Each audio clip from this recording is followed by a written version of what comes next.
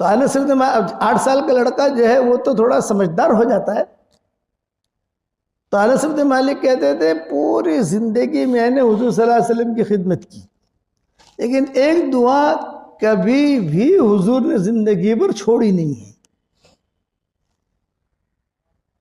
ساتھ رہتے تھے تو کہتے کہ ایک دعا حضور صلی اللہ علیہ وسلم نے زندگی پر چھوڑی نہیں ہے، ہر وقت پڑھتے تھے. تو صحابہ نے پوچھا کون سی دعا؟ تو فرمایا اللہم انی اسألک العفو والعافیہ فی الدنیا والآخرہ، اللہم انی اسألک العفو والعافیہ فی دینی و دنیایا و اہلی و مالی و ولدی. یہ بھی میں نے مومن کے احتیار میں لکھی ہے. اور یہ بھی لکھا ہے کہ انس بن مالک کہتے تھے کہ میں نے زندگی بھر حضور کی دعا چھٹتے ہوئے دیکھی نہیں ہے نماز کے درمیان. اسی لیے آپ فرماتے تھے کہ فجر وہ سنت اور فرض کے درمیان یہ دعا مانگا کرو. حضرت عباس آئے حضور صلی اللہ علیہ وسلم کے پاس اور آگ رکھا، اچھا بھائی بھتیجا کوئی چیز دعا سکھا دو مجھ کو. عباس نے آ کر کہا، آپ نے فرمایا اللہ سے عافیت مانگو. حضرت عباس نے کہا 2-4 مہینے کے بعد پھر آئے،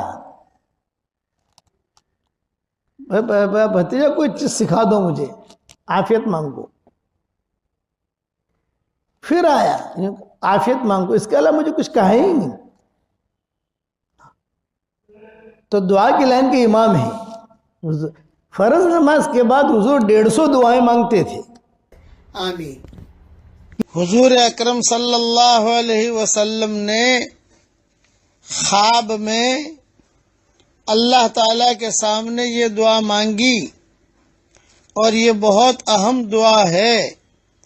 اللہ تعالیٰ نے خود نے ارشاد فرمایا نبی جی مانگو مجھ سے.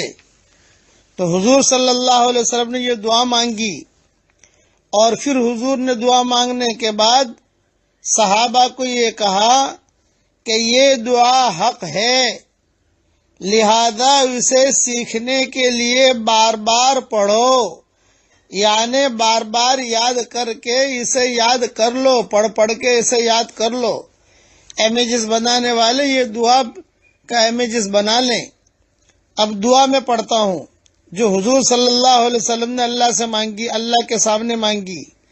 اللہم، میرے ساتھ پڑھتے جائیے، اللہم انی اسألک فعل الخیرات وترک المنکرات وحب المساکین وان تغفر لی وترحمنی وإذا أردت فتنة في قوم فتوفني غير مفتونين وأسألك حبك وحب من يحبك وحب عمل يقرب إلى حبك.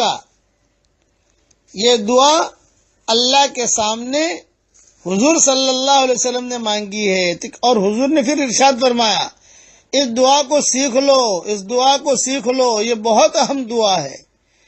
تو سب سے بڑی فضیلت تو یہ کہ حضور صلی اللہ علیہ وسلم نے مانگی، ان کی زبان سے جملے نکلے.